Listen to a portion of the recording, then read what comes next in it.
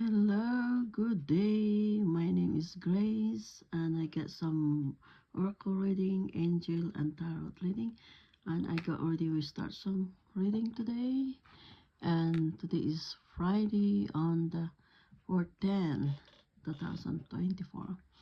Okay, I'll start reading for my spirit guide from the highest light of the universe to work with me and through me to deliver the messages for the highest and greatest good.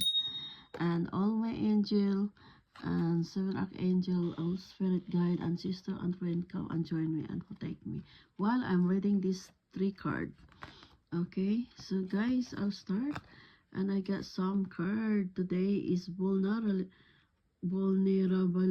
and freedom. And the second card is answer your call when they calling you. And the final